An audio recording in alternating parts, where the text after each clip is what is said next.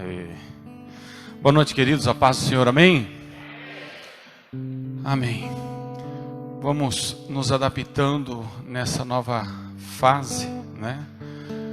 Nenhuma geração passou pelo que nós estamos passando, mas eu prefiro ser dessa geração do que da Primeira e da Segunda Guerra Mundial, do que da grande recessão de 29. Nós vemos, né, alguns brincam e falam que se teve um período que Deus tirou férias, foi na Idade Média, porque as maiores atrocidades aconteceram na Idade Média.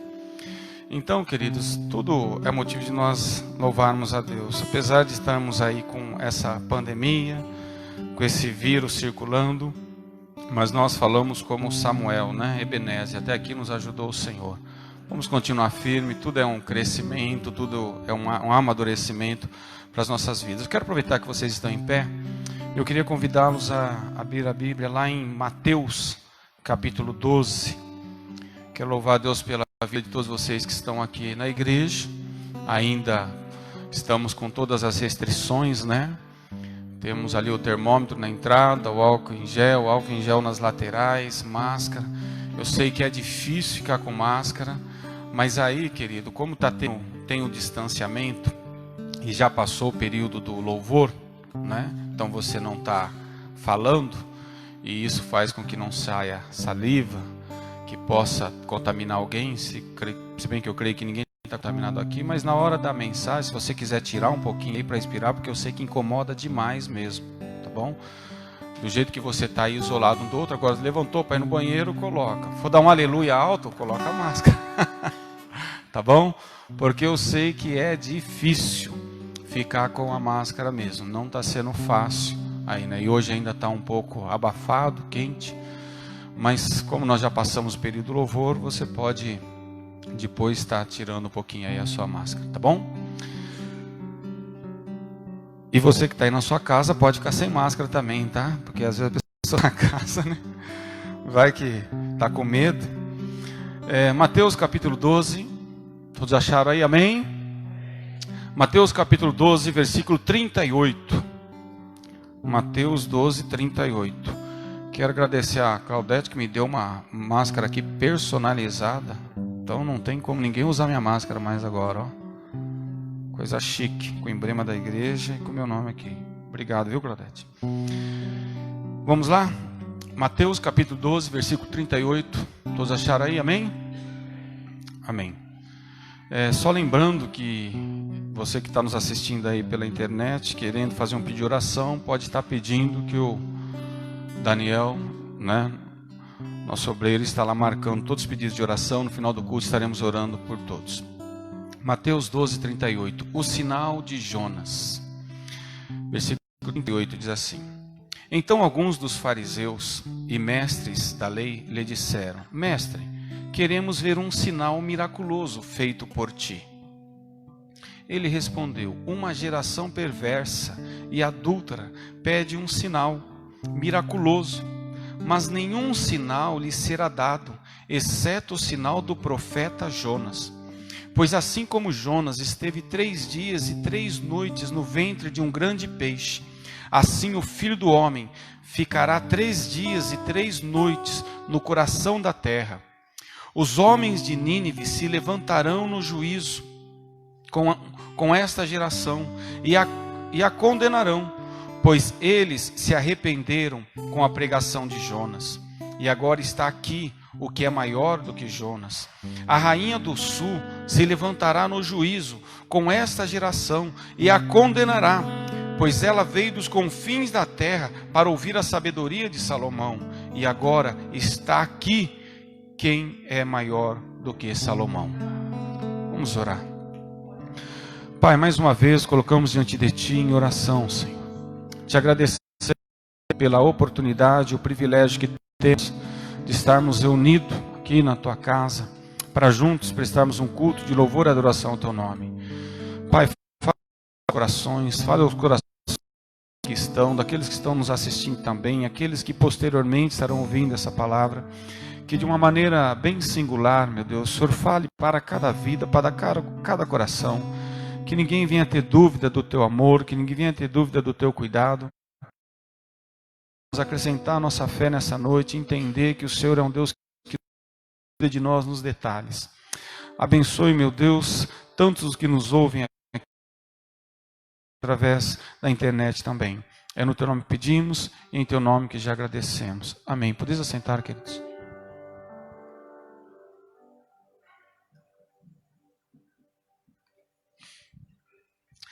Amém. O ministério de Jesus, ele foi cercado por homens religiosos que estavam sempre querendo pegá-lo de alguma forma. Estavam sempre questionando a autoridade dele, o poder dele, a unção dele. E nesse texto não é diferente. Nós vemos um grupo de fariseus e mestres da lei.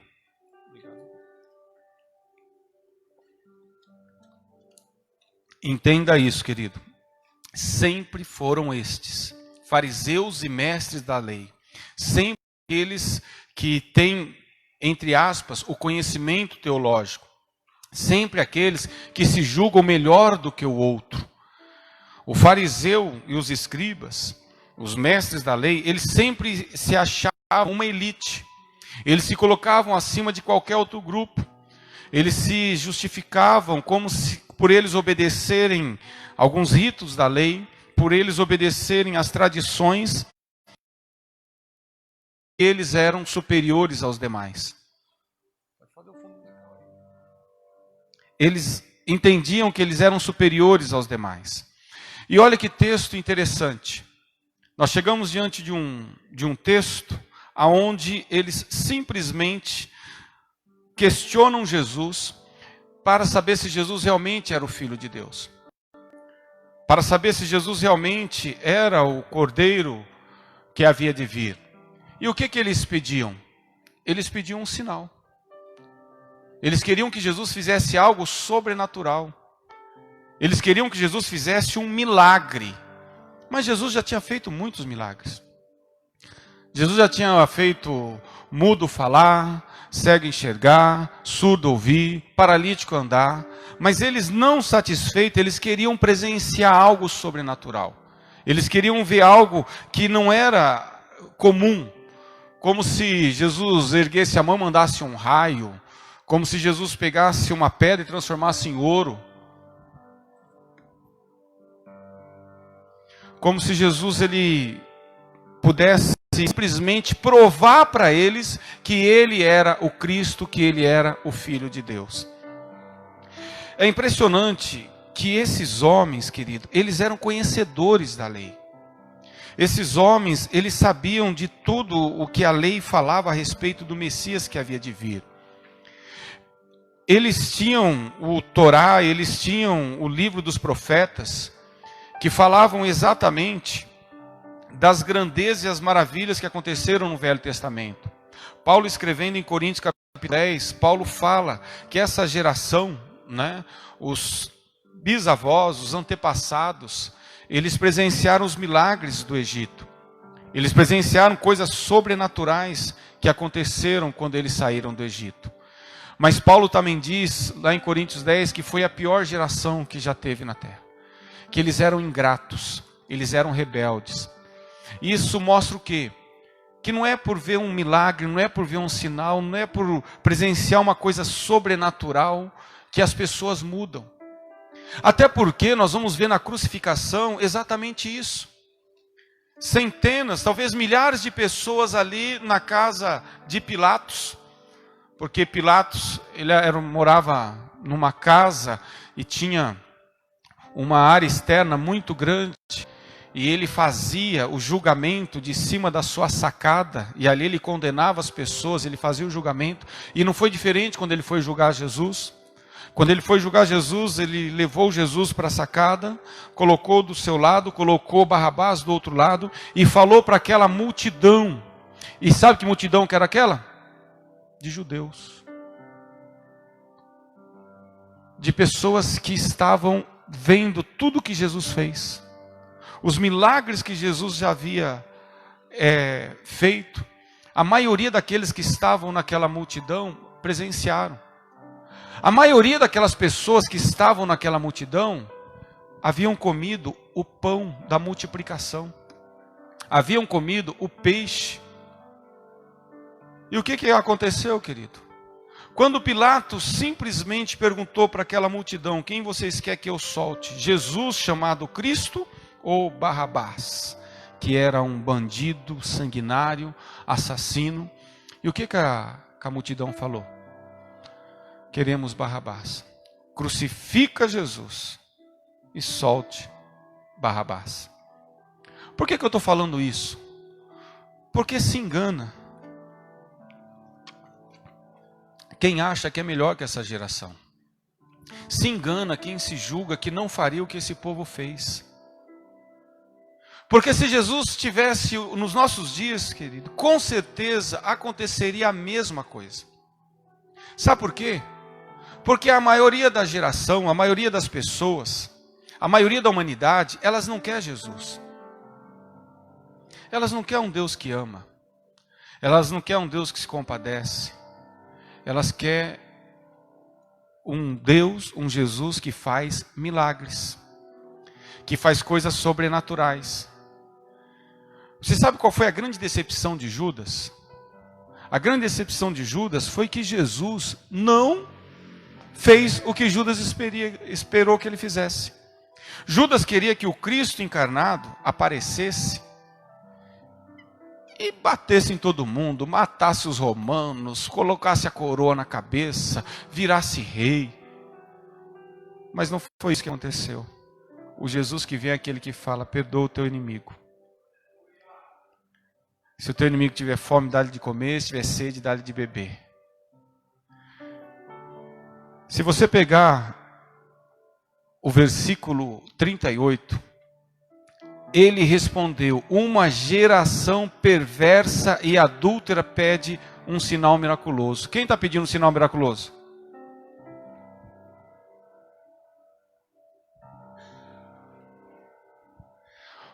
Quem que está pedindo um sinal? Você colocou aí, Lucas? Então vamos lá, olha quem está pedindo um sinal. Ele respondeu: uma geração o quê? Perversa e o quê? Pede um sinal miraculoso. Uma geração perversa e adúltera que me pede um sinal miraculoso. Às vezes nós passamos por situações que estamos sofrendo alguma coisa e a gente fala assim, ou a gente está querendo resolver algum problema, a gente fala assim: Deus, me dá um sinal. Eu sei que ninguém nunca fez isso, né? Senhor, manda alguém falar comigo. Usa um vaso. Fica aqui, querido, que isso aqui é um vaso. Ajoelha aqui, ó, porque crente tem muito disso, né? Senhor, manda um vaso falar comigo. Dobra o joelho ali perante o vaso e fala: vaso, fala comigo. Porque a gente não quer saber como as coisas realmente são. A gente quer que as coisas sejam como nós somos. E sabe o que nós somos? Perversos, adúlteros, egoístas, maus. E por nós sermos assim, nós queremos que Deus haja assim com a gente. Ai, pastor, misericórdia. Por que misericórdia? Se alguém te faz mal, qual que é o seu desejo? É perdoar essa pessoa? O seu desejo é você ter poder para acabar com ela? Se a maioria da geração hoje não suporta um like para baixo, quanto mais uma ofensa, quanto mais um tapa na cara, quanto mais uma desfeita. O sinal que nós pedimos para Deus, querido, não é um sinal assim: Senhor, manda um sinal que acabe toda a fome no mundo. Não, o sinal sempre é para nós. Senhor, manda um sinal, qual que é os números da Mega Sena? Senhor, manda um sinal, qual que é a varoa, qual que é o varão que o Senhor está preparando para mim? A gente quer condicionar Deus aos nossos desejos, às nossas vontades. E os fariseus, e os escribas, e os mestres da lei, era exatamente isso. Eles queriam ver. Só que quem vê não precisa mais crer. Porque como diz o autor aos Hebreus, capítulo 11, ele diz que a fé é o firme fundamento das coisas que não se veem, a prova das coisas que se esperam. Aqui, querido, eu queria que você se identificasse hoje. Você que está aqui, você que está me ouvindo. Que tipo de cristão você é? Você é o cristão que pede um sinal? Ou você é um cristão de convicção? Ou você é um cristão que sabe que Deus não precisa fazer mais nada, ainda que Ele continue fazendo, esteja fazendo, mas você é daquele, Senhor, o que o Senhor já fez por mim, já é o suficiente. Por isso que Paulo diz que nós somos salvos pela graça. Isso é dom de Deus, é graça, é bondade, não vem de nós, vem de Deus, é favor imerecido. É uma geração que está sempre angustiada, é uma geração que está sempre em dúvida, é uma geração que está sempre com medo, é uma geração que está sempre preocupada, não é uma geração que descansa. Paulo escrevendo em Coríntios, ele fala que nós somos como um espetáculo. Sabe o que é isso? É como se nós estivéssemos num teatro e as pessoas olhando para nós. E quem são essas pessoas? A humanidade, os anjos e os demônios. Olhando as nossas decisões, olhando as nossas atitudes, olhando como nós reagimos com as coisas que nos acontecem. Porque deixa eu falar para você o que é imaturidade. Eu sei que aqui não tem ninguém assim. Mas sabe o que é imaturidade? Imaturidade é quando alguma coisa ruim me acontece e eu falo assim para Deus: Deus, por que eu? Por que aconteceu comigo? Por que o meu filho ficou doente? Por que o meu marido morreu? Por que eu perdi o emprego? Por que eu bati o carro? Por que o assaltante roubou justo eu? Isso é imaturidade. Quando eu pergunto para Deus por que coisas ruins acontecem comigo. Porque eu sou ser humano. Se eu conheço a Bíblia, lá em João capítulo, em João capítulo 16, versículo 33, ele fala assim: no mundo tereis aflições. Ele não falou que eu teria paz, que seria uma mil maravilha. Pelo contrário, lá em Mateus ele diz que eu seria perseguido. Eu seria perseguido. Eu seria injustiçado, eu seria caluniado, eu seria maltratado. Ele falou que eu teria que orar para os meus inimigos. Ele falou que o que aconteceu com ele, provavelmente ia acontecer com todos os seus discípulos, como aconteceu, e eu e você somos discípulos de Jesus. Então nossa imaturidade é quando a gente pergunta para Deus por que coisas ruins nos acontecem. Agora, sabe o que é maturidade? É quando a coisa boa acontece. E aí eu tenho a humildade, a sinceridade, a consciência, porque eu conheço que eu sou ser humano, que eu sou falho, que eu sou pecador, que eu tenho defeitos. E aí eu simplesmente faço a pergunta para Deus: Deus, por que essa coisa boa aconteceu comigo? Quem sou eu para merecer alguma coisa boa? Quem sou eu para merecer alguma coisa boa? Ai, pastor, misericórdia, aquele misericórdia não, isso é palavra. Isso é Bíblia. É por isso que ele fala: uma geração má e perversa me pede um sinal. Você quer um sinal, querido? Você quer um sinal que realmente Deus existe, que Ele te ama, que Ele é o Filho de Deus, que Ele é o Deus encarnado? Ele está falando aqui. Vocês estão pedindo um sinal? O sinal é o mesmo do profeta Jonas. Sabe por quê? Porque aquele povo era um povo da lei. Eles conheciam o livro de Jonas. Eles conheciam a história do profeta Jonas. Eles sabiam que Jonas tinha ido para a cidade de Nínive pregar para mais de 120 mil ninivitas, que eram homens sanguinários, ruins, perversos. E a vontade de Jonas era que aquele povo morresse tudo. Deus falou que ia destruir aquele povo. Mandou Jonas para lá. Jonas quis ir para Nínive? Não. Foi para Tarsis. Foi para o outro lado. Mandou ele vir para o Brasil, ele foi para a China.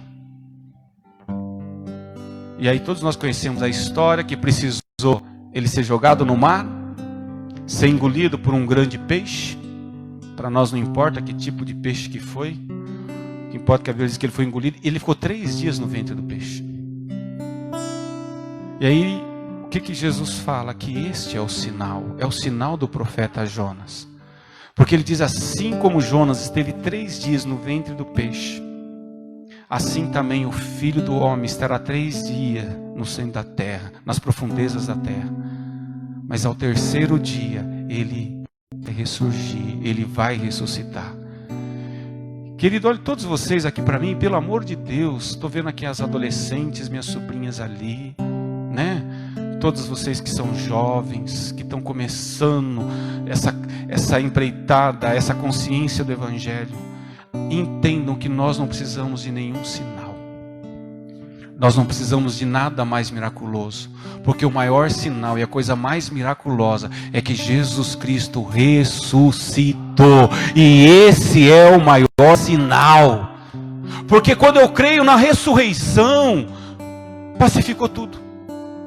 Se alguém falar para mim, mas será que Maria engravidou mesmo? Querido, a partir do momento que eu acredito que Jesus morreu, ficou 3 dias lá no Hades, pregou aos espíritos em prisão, como 1 Pedro diz, que ele foi e desceu, pregou os espíritos em prisão, pegou a chave da morte, pegou a chave do inferno, ressuscitou, como está descrito nos evangelhos, que ele voltou, esteve com mais 40 dias, 500 pessoas presenciou a ascensão dele, ele subindo, ficou mais 40 dias ressuscitado, pregando, ensinando para os discípulos. Se eu creio nisso, querido, o resto para mim é resto, e não se fala mais nada.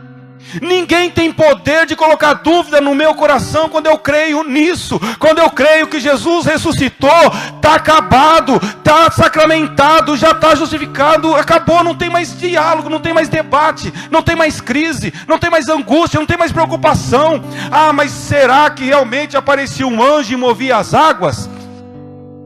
Será que um paralítico realmente começou a andar? Será que o morto realmente ressuscitou? Querido, para mim tudo isso é fichinha quando eu creio na ressurreição. Se Jesus ressuscitou, acabou. Ninguém tem o poder de colocar dúvida no meu coração. Nenhuma dor, nem morte, nem vida, nem anjo, nem principado, nem tribulação, nem angústia, nem perseguição pode tirar de mim essa convicção, essa certeza. A partir do momento que eu creio que Jesus ressuscitou, está definido.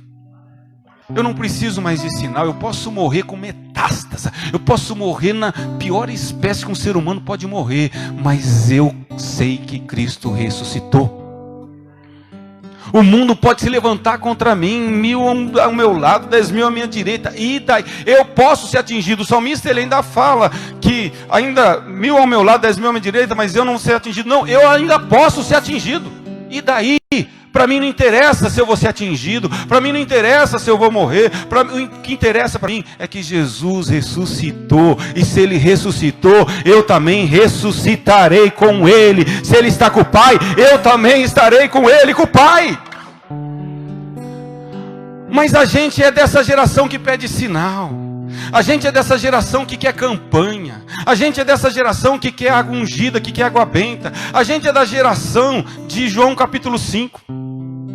João capítulo 5 fala daquele paralítico que foi curado por Jesus. Todos os anos acontecia um fenômeno sobrenatural no tanque de Betesda.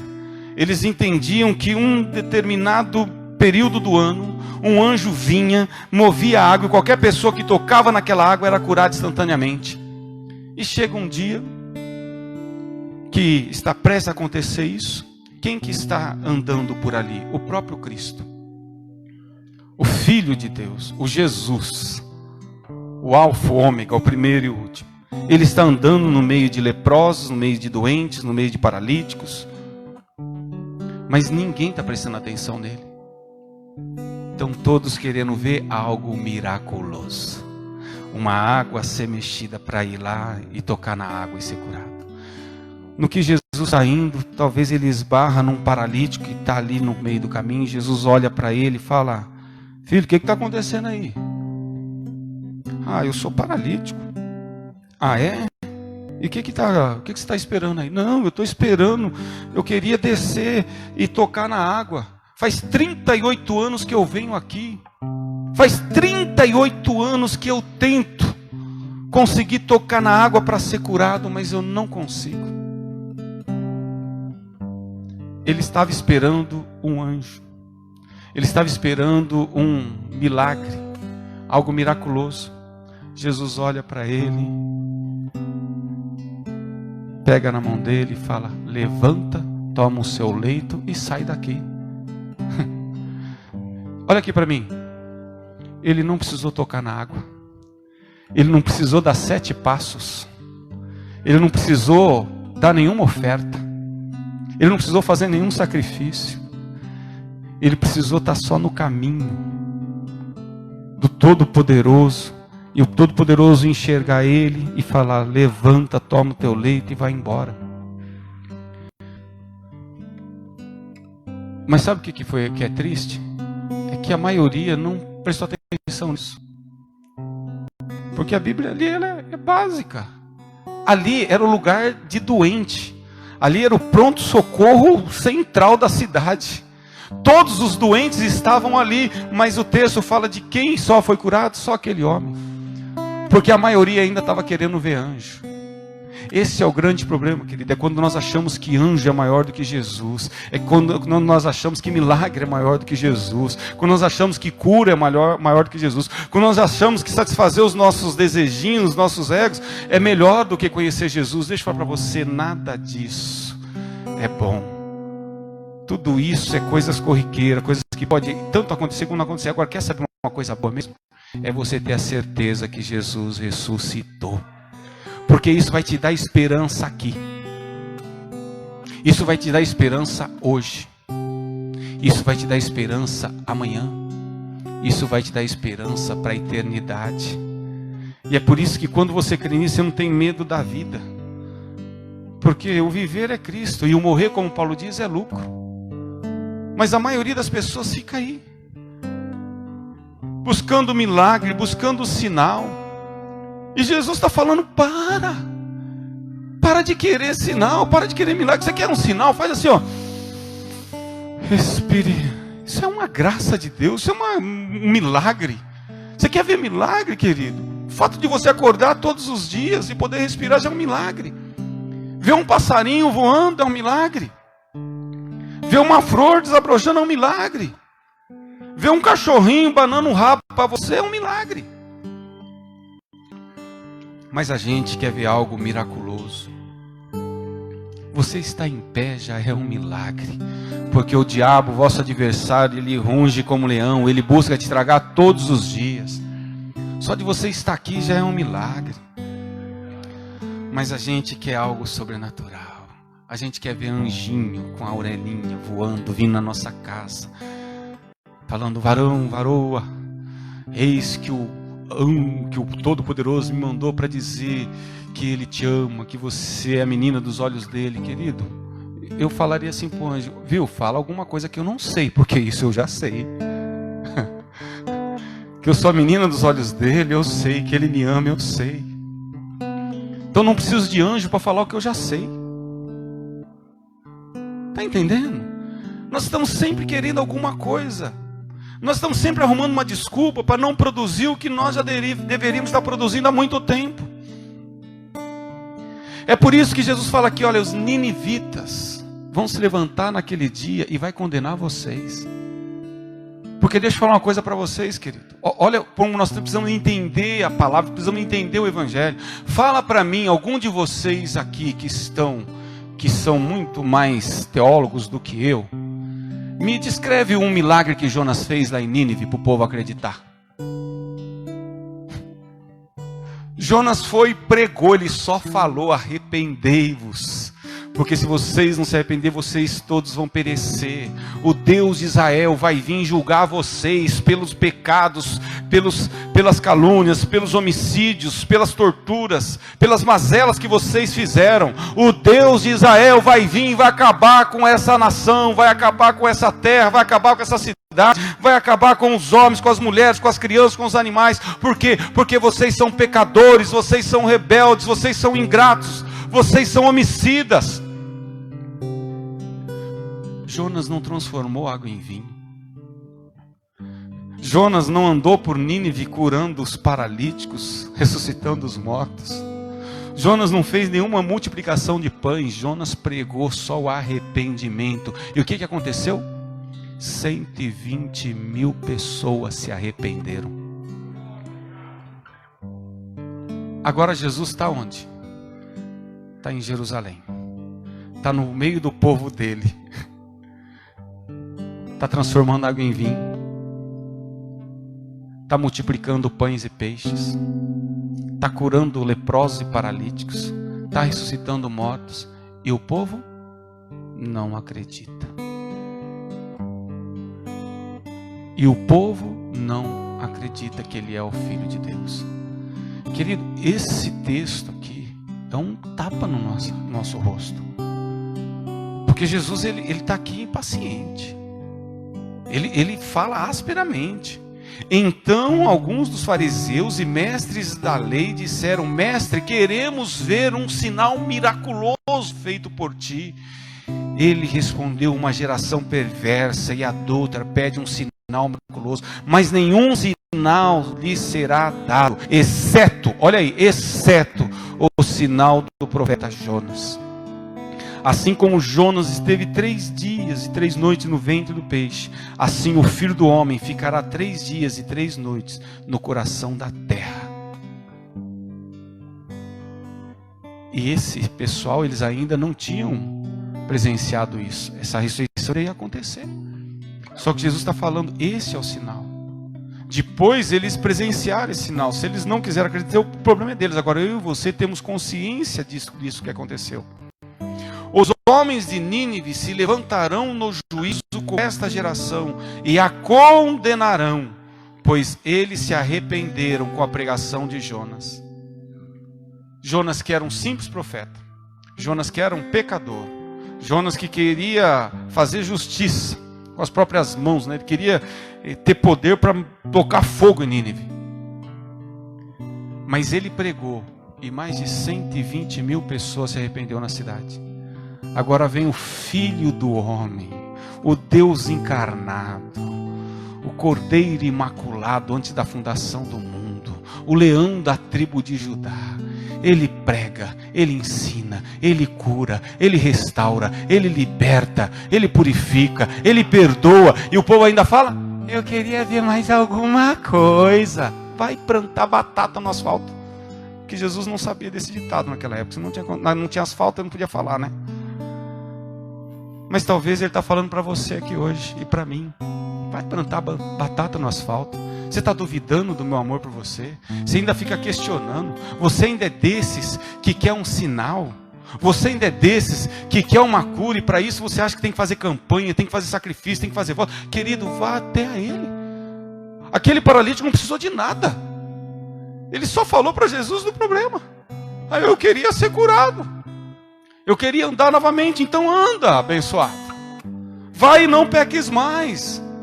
Pronto, acabou. Simples assim. Mas parece que a gente quer uma magia. A gente quer um frenesi. A gente quer um acender e um apagar das luzes. A gente quer uma emoçãozinha, porque é simples demais. Jesus é simples demais. É por isso que Jesus incomodava os caras. Os caras andavam com traje todo gomadinho, com a mitra na cabeça, aquele chapelão igual do Papa, mostrando que eles eram melhores, que eles eram mais importantes, a barbona até aqui, para mostrar que eles eram santos. E aí vem Jesus, filho do carpinteiro, que gostava de ficar no meio de prostitutas, de ladrões, de pecadores, que sempre estava atento às necessidades, mas aí foge do padrão dos caras, foge do que os caras pregavam. E é por isso, querido, que os que mais perseguiram a Cristo, né? A gente fala, os romanos, não foi romano que matou Jesus, foi os próprios judeus.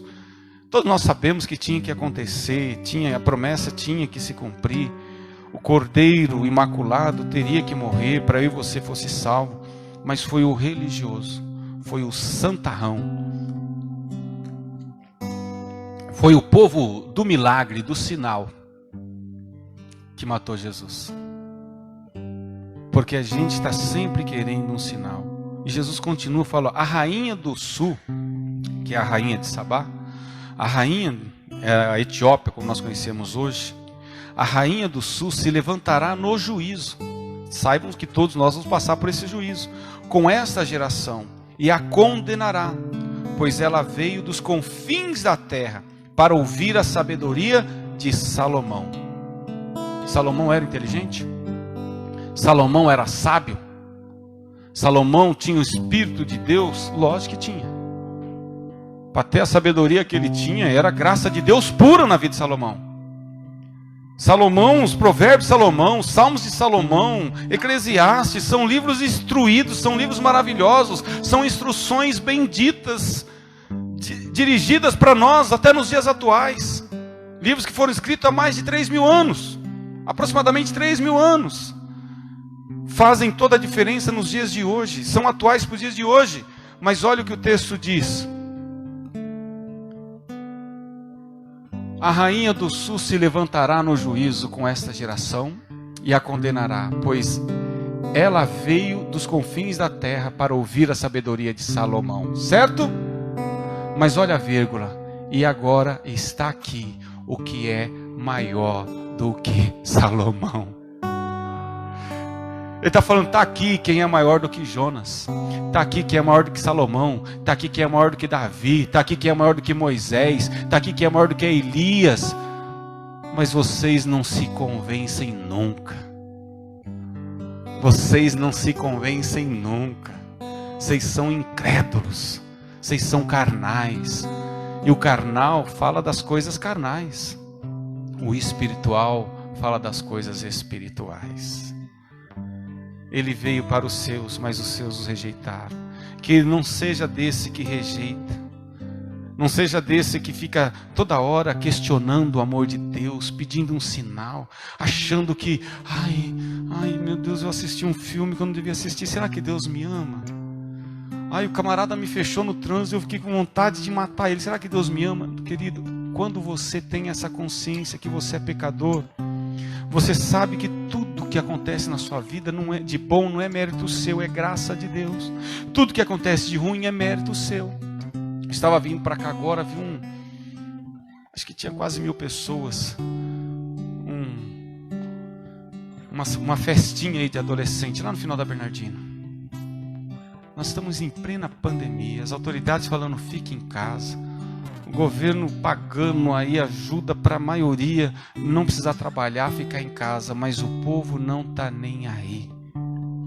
Aí vem as consequências, aí vem a desgraça, aí vem, né, tem um ditado que diz, por que as pessoas semeiam tanto a infelicidade e quando ela chega as pessoas se surpreendem?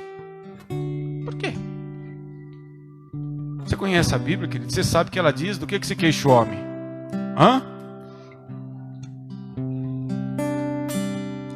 Então, em vez de eu me queixar, eu tenho que me enxergar. Eu tenho que me enxergar. Jesus, ele foi,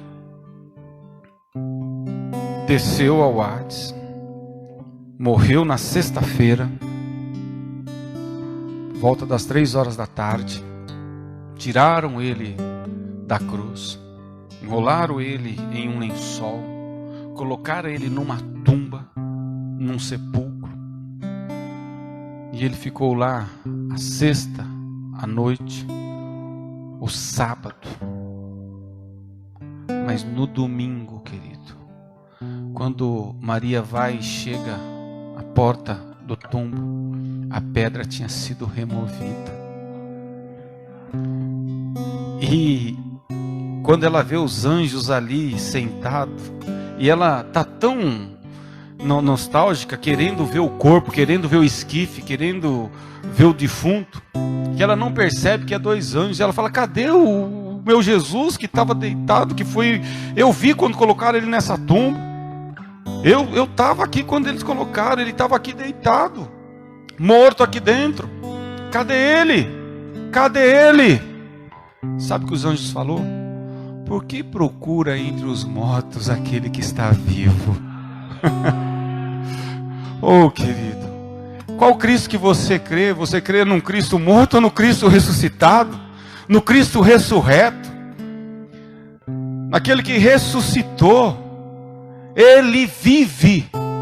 Ele morreu, mas ele ressuscitou e ele vive. João 14, ele fala: não se turbe o vosso coração, credes em Deus, credes também em mim. Na casa de meu pai há muitas moradas, se não fosse assim, não vos teria dito: vou vos preparar lugar, e se eu for vos preparar lugar, virei outra vez e vos levarei para mim mesmo, para que onde estiver estejais vós também. Você já parou para pensar quantos bilhões de pessoas já passou para a face da terra? Você já parou para pensar que 99,9% das pessoas que nasceram há 100 anos atrás praticamente já morreram?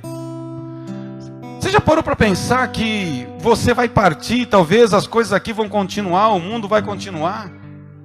Por que a gente acha que a gente é a cereja do bolo? Por que a gente acha que a gente é melhor? Querido, muitos já passaram e vou continuar passando. Agora, o que não pode passar é a nossa convicção, a nossa confiança que Deus nos ama. E não importa se nós estamos aqui gemendo, temos que louvar e exaltar o nome dEle. Paulo diz: quer comamos, quer bebamos, quer façamos qualquer outra coisa, nós temos que fazer tudo para a glória dEle. Por que a gente está sempre angustiado, achando que o mundo está conspirando contra nós?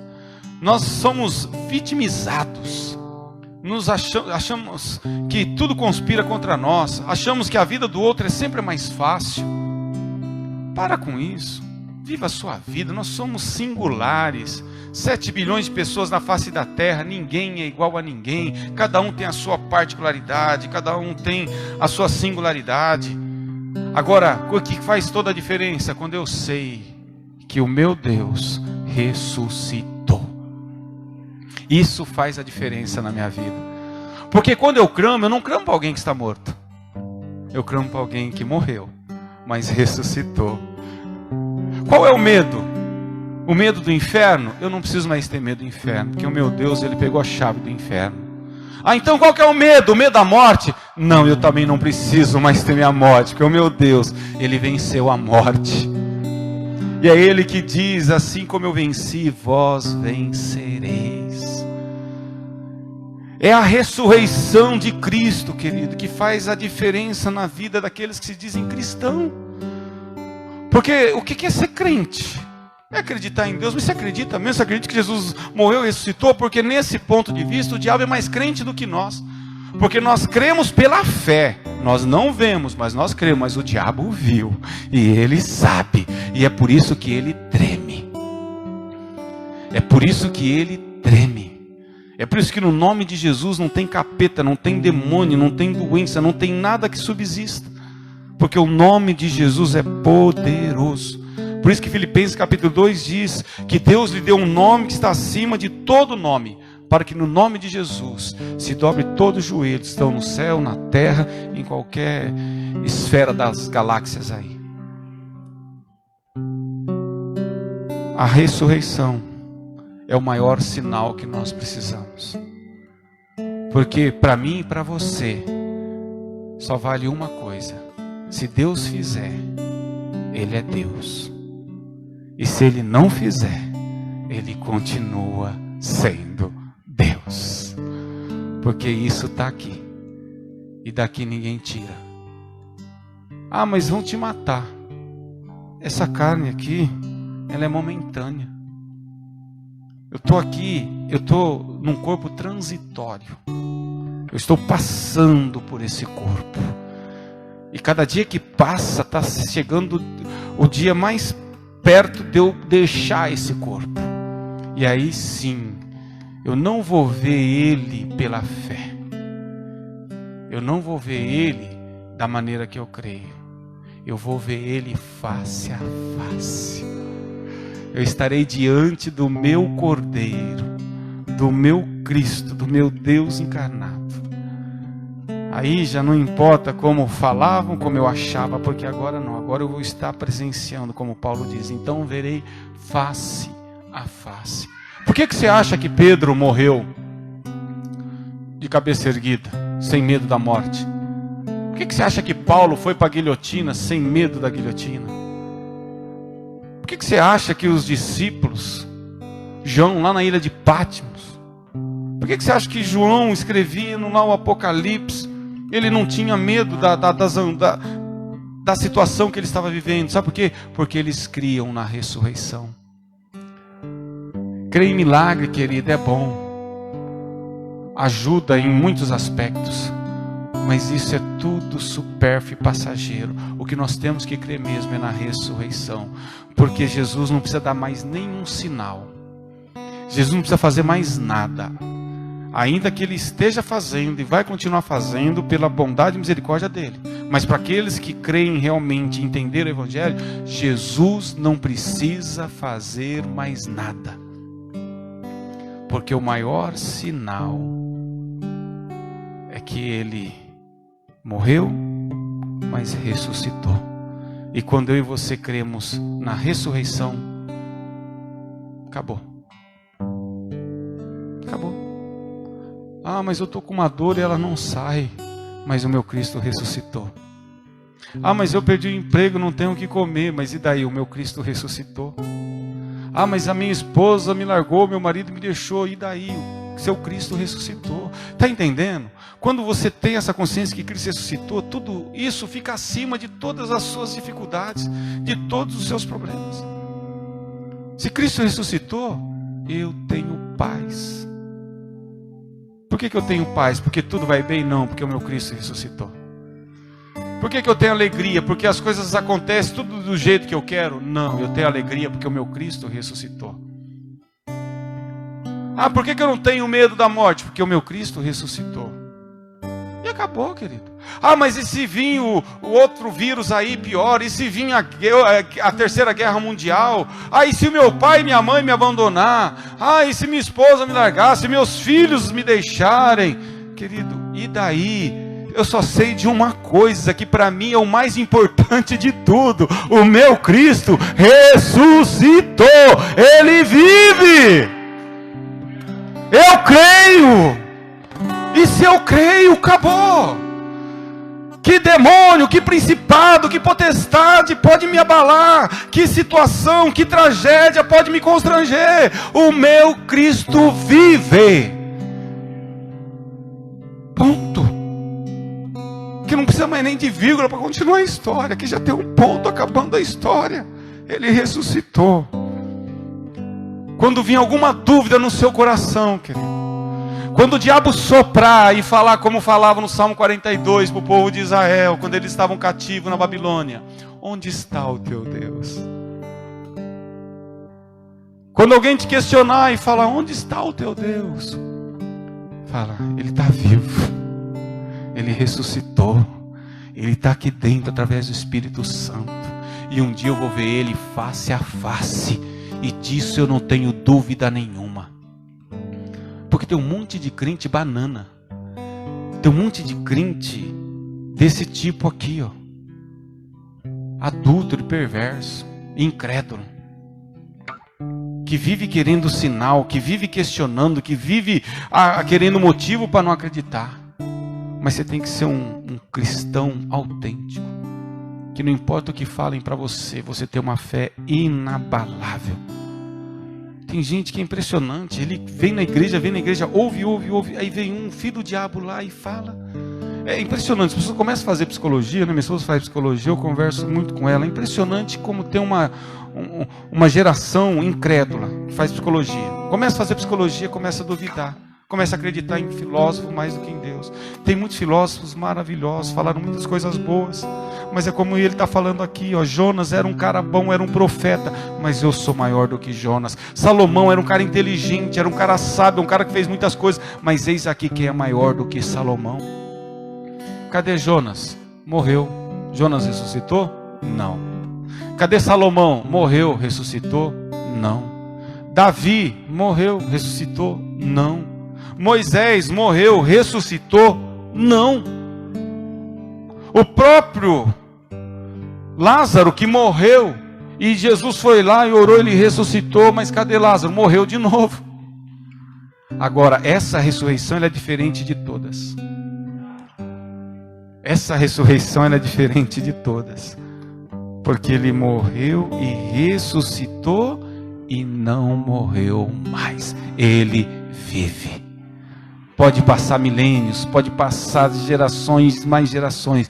Cristo continua vivo. E porque Ele vive, eu e você podemos crer no amanhã. Vamos ficar em pé. Porque Ele vive. E se Ele vive, eu não tenho temor no amanhã. Não é isso que o louvor diz? Porque Ele vive, eu não tenho o que temer.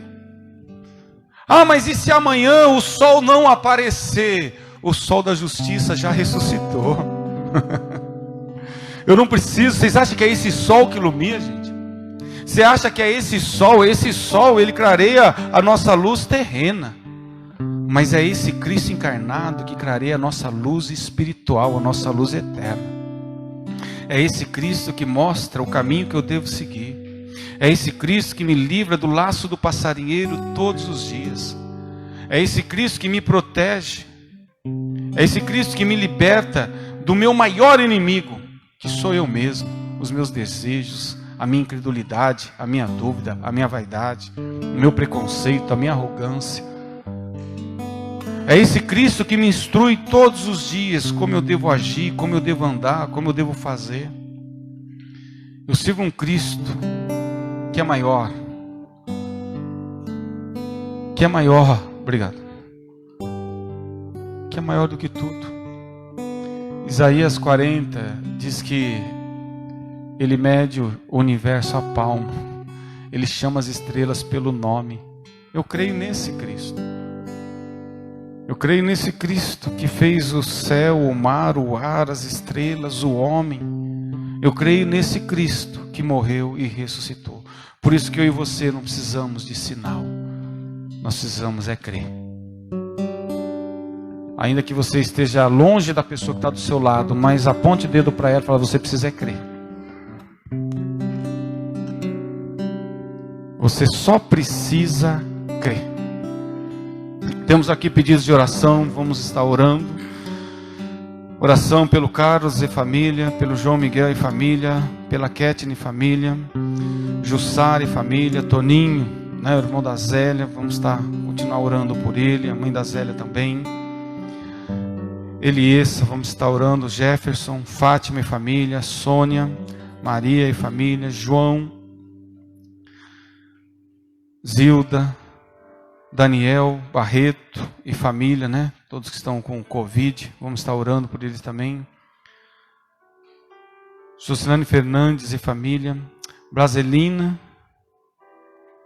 Isabel Santos, Dorival que está com Covid. E um assunto aqui também, querida, é em relação a cestas de alimento, né? Nós estamos aí, poucas pessoas ainda vêm da igreja, mas você podendo trazer seu alimento, traga o seu alimento, ou esteja levando lá na casa da nossa irmã Elaine Barbo também. Mas se você não conseguir, no próximo domingo, esteja trazendo aí seu alimento. Próximo domingo nós temos a Santa Ceia também. Amém? E nós temos que ajudar uns aos outros, temos que fazer a nossa parte. Tiago diz que aquele que sabe que não faz, ele comete pecado. Não comete pecado só aquele que faz o mal. Comete pecado aquele que tem essa consciência que Jesus ressuscitou, aquele que tem consciência que vai morar no céu, aquele que tem consciência que tudo é graça de Deus na vida dele e ele não faz nada para ajudar o próximo. Porque a maioria de nós acha que nós só vamos poder ajudar quando estiver sobrando. Querida, a Bíblia fala que nós temos que dividir o nosso pão. É quando a gente tem atitude de fé que nós alcançamos a promessa. Mas quando nós ficarmos aí incrédulos, eu não tenho nem para mim, como eu vou dar para o outro? Continue com essa cabeça e você vai continuar colhendo o mesmo que você está colhendo. Faça como aquela viúva de Sarepta. Chega Elias lá e fala para ela, o que você tem aí? Tem um pouquinho de farinha e um tiquinho de azeite.